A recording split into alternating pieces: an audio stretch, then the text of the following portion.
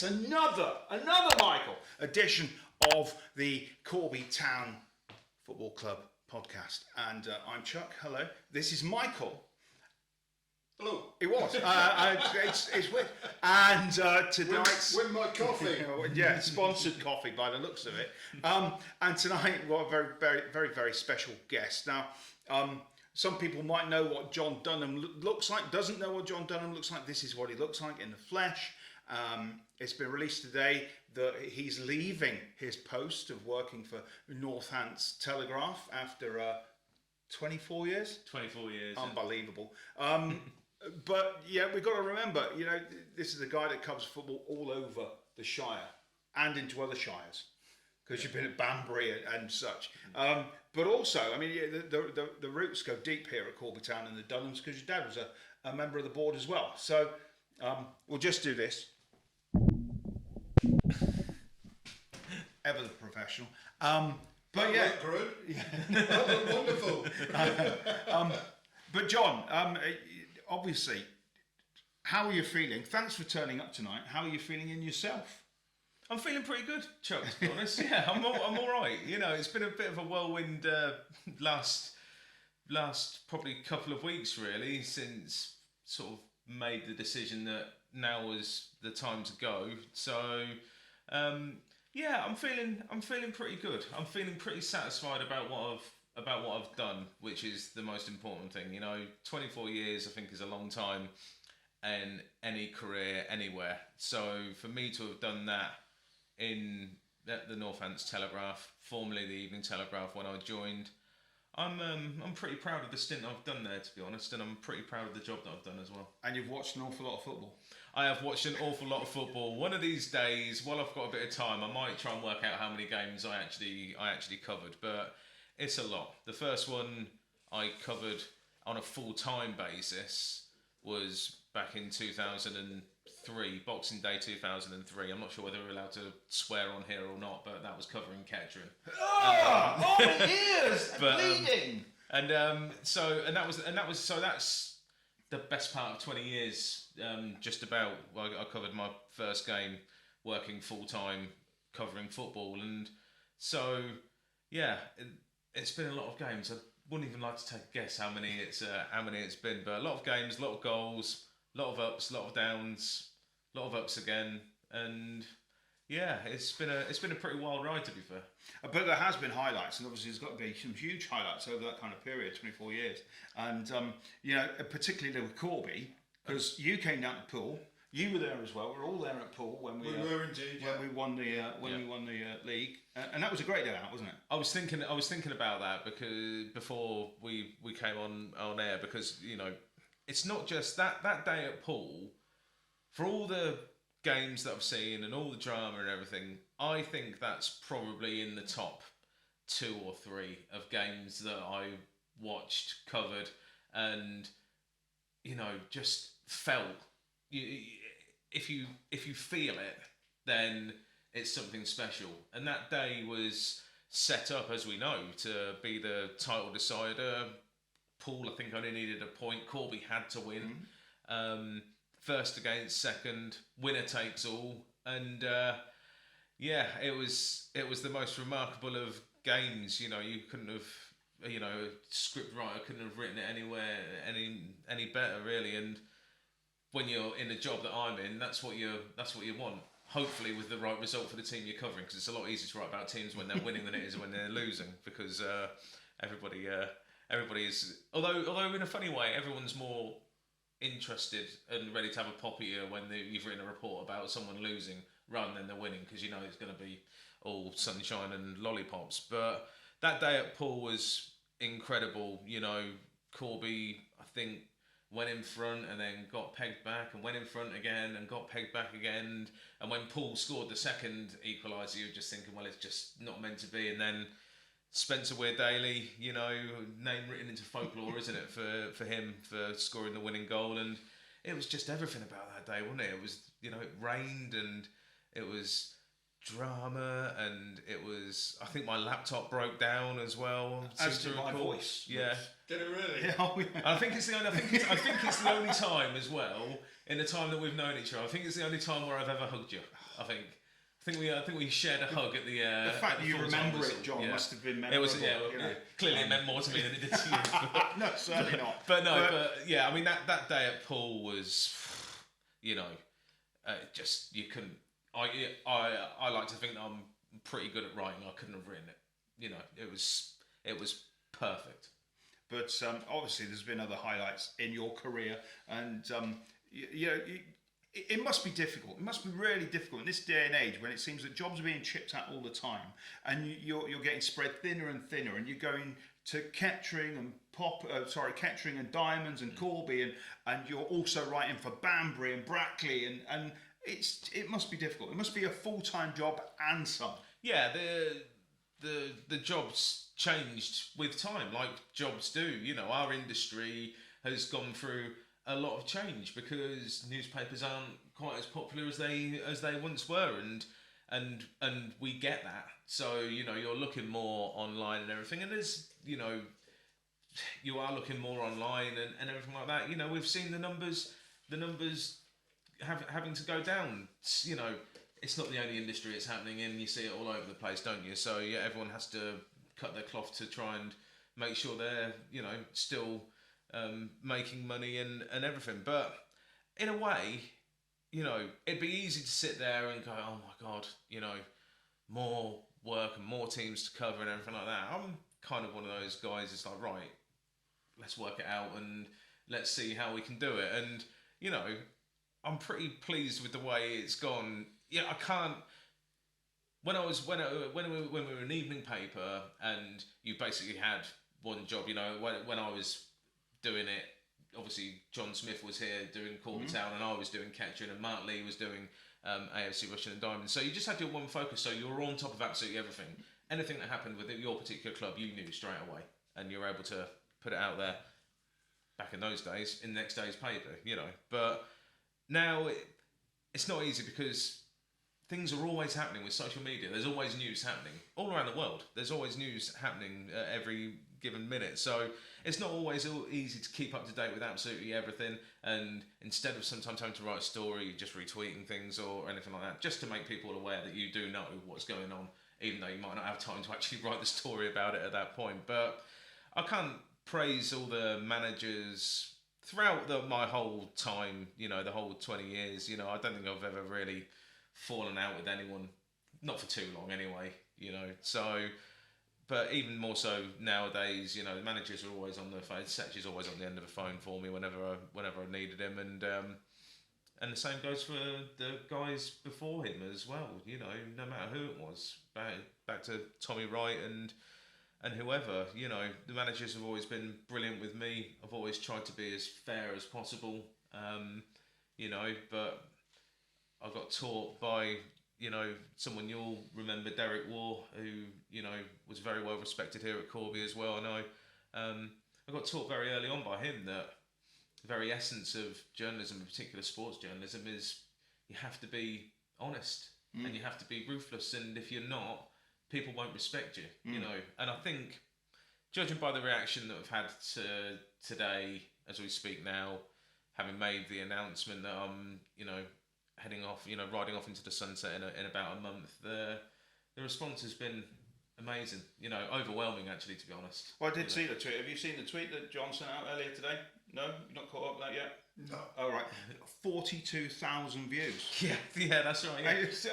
That's tremendous. I didn't even notice that until my daughter had pointed it out. Actually, she said, "Oh, have you seen how many views your tweets have?" I said, "No, not really. I just stuck it out there this morning and just to let people know more than anything else." But it's great. It's nice that I've left some sort of impression.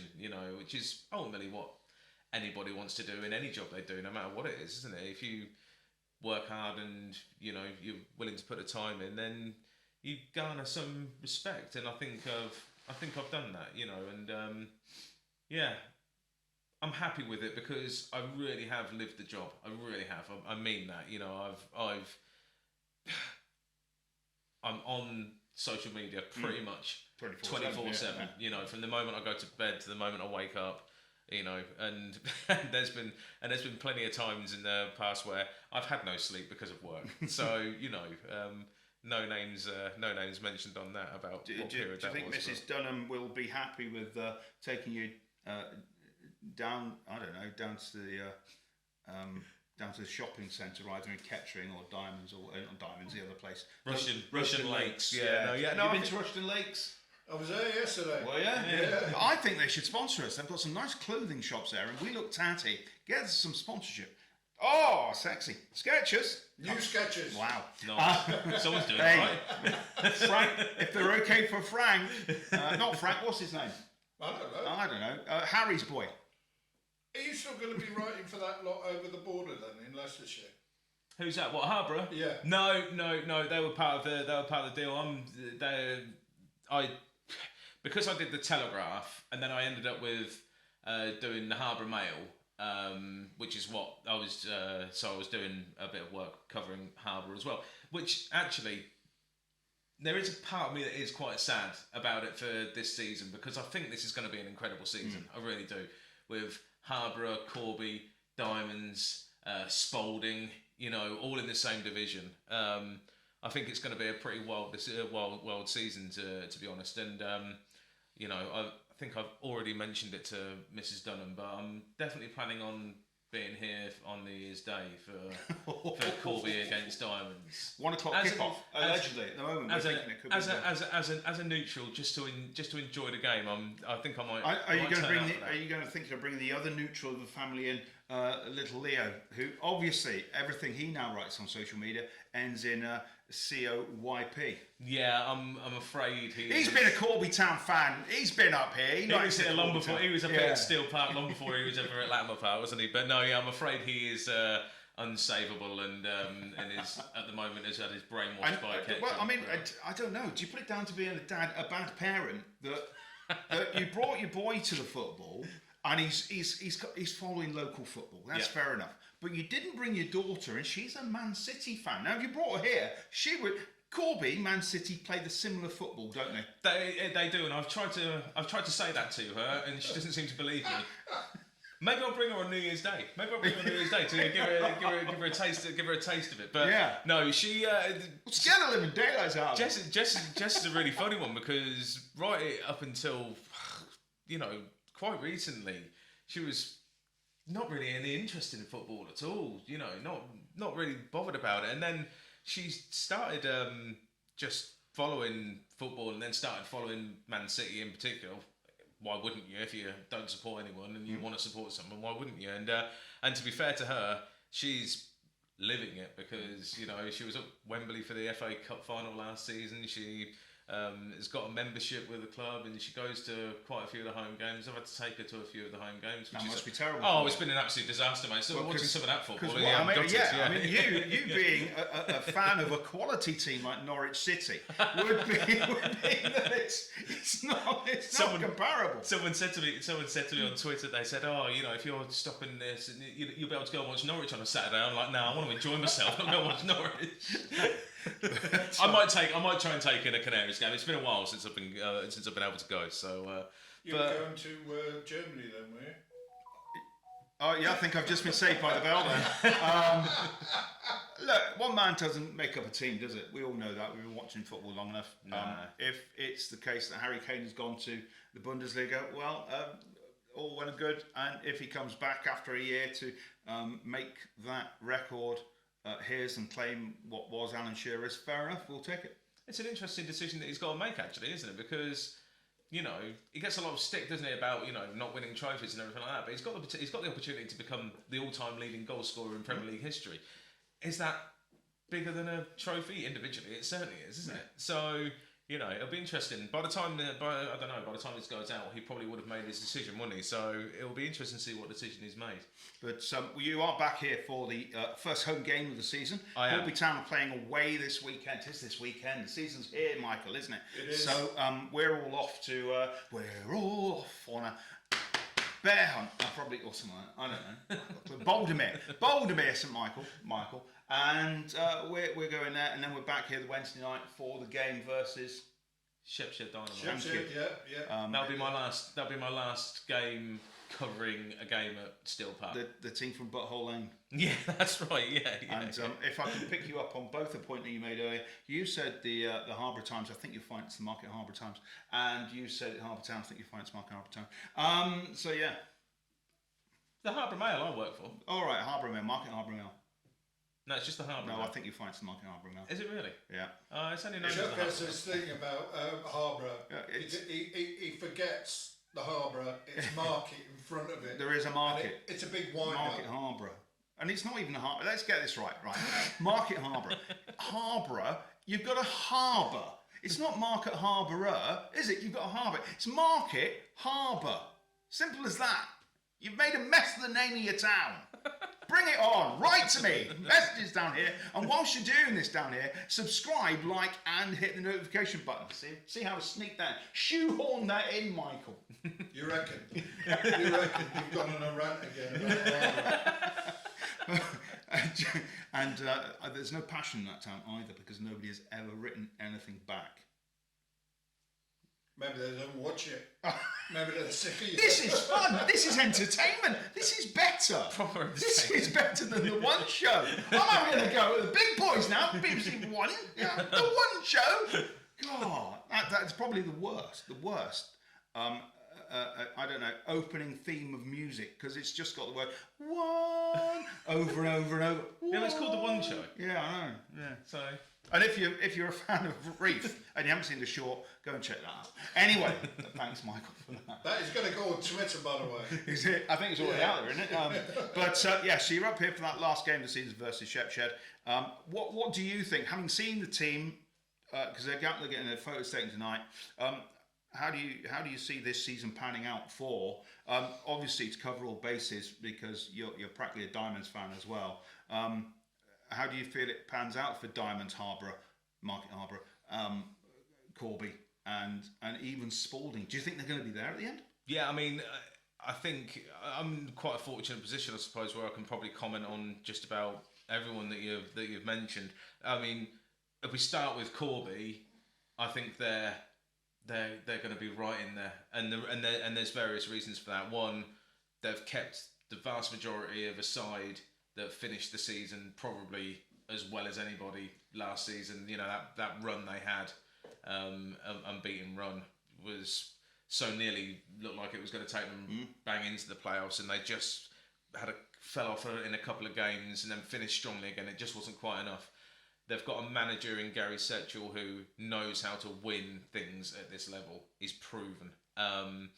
And he's brought in players who have won it for him before. So throw them in with the guys who are already here, who, you know, looked pretty good for the vast majority of last season. I can't believe that they're not going to be in the hunt. You know, I really do think they will be.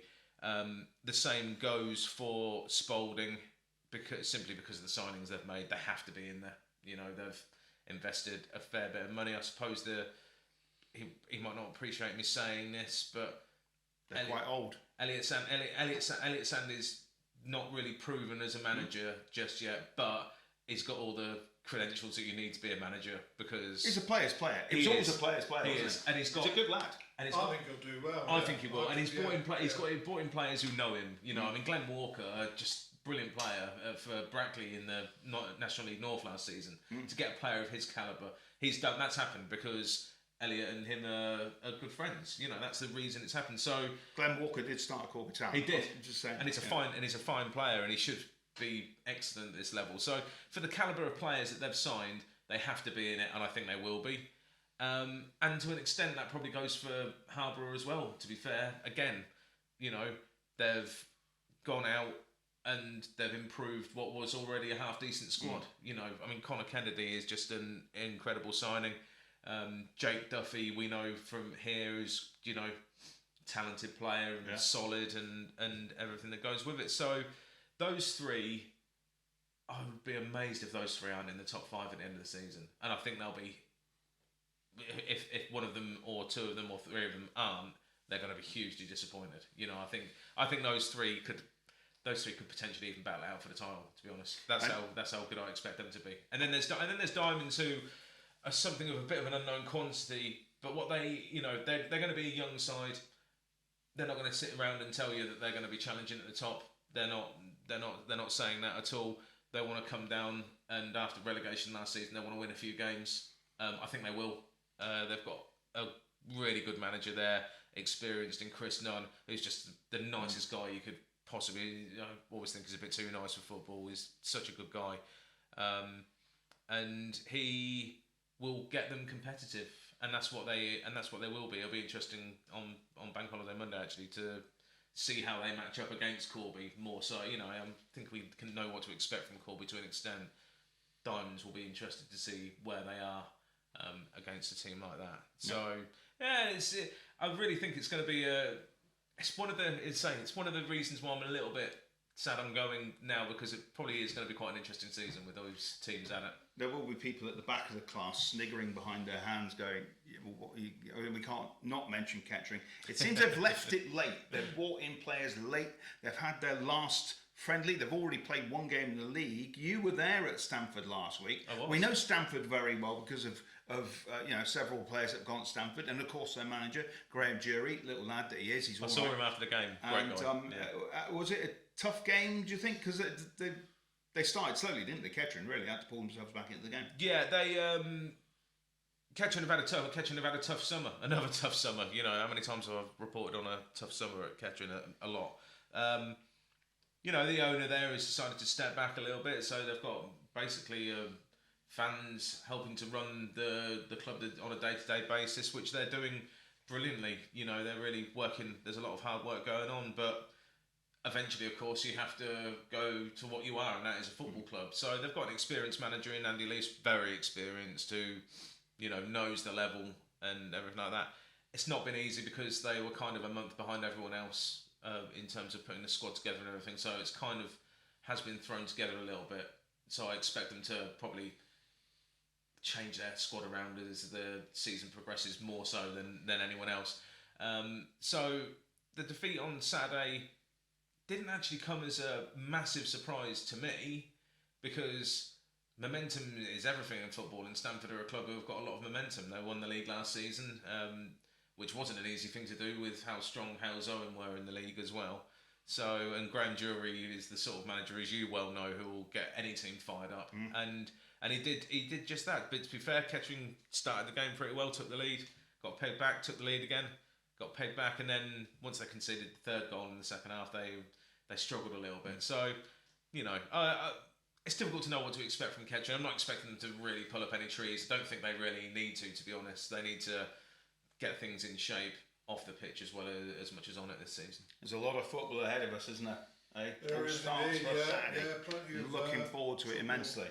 So, obviously we'll let you know what happens at Boldmere St Michael, because we'll be there. I will be following it anyway. I think where am I on Saturday? I'm going to Rushden on Saturday, and then I'm going to coming to Corby on the Wednesday, and then Kettering on the following Saturday, and then because I've got a bit of holiday to take and everything, that'll be my last game. There you go. Do you think Elon Musk is going to have a bit of a problem here, because he sees an awful lot of traffic from you personally, and you know it might be detriment to X? We started calling it X yet? It's still Twitter, isn't it? Musk, behave yourself. It's just Twitter. We're not calling it X. We're calling it Twitter because that's what it is. Yeah, yeah, that's it. But no, I don't think Elon's going to lose much sleep about me maybe not using Twitter as much as X as much as I we need to know the answer to this question. How many times has your wife said to you, John, can you just put that down?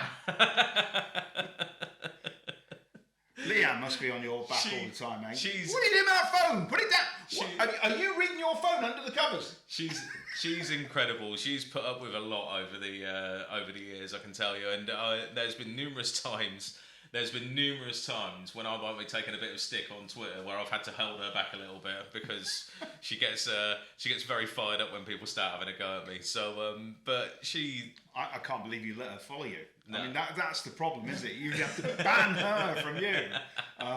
She's brilliant, and it was funny. She was saying to me the other day that, you know, she's just got used to the fact that on Saturdays I'm at work because it's just always been the way it's been ever since we've known each other. You know, so you know it's gonna be interesting to have Saturdays back together. We'll probably end up going to the football somewhere or something. But no, it's gonna be nice to reintroduce myself to the weekends and you can go to all those places that you've only ever been to a football ground and go and have nice lunches in far off. I like going off and finding places, but you know, you go somewhere and you think, oh, I've been here before, but only to the football ground. We actually could, you know. There's definitely options available. So yeah, it's gonna be nice. I don't know how long it will take for me to get bored of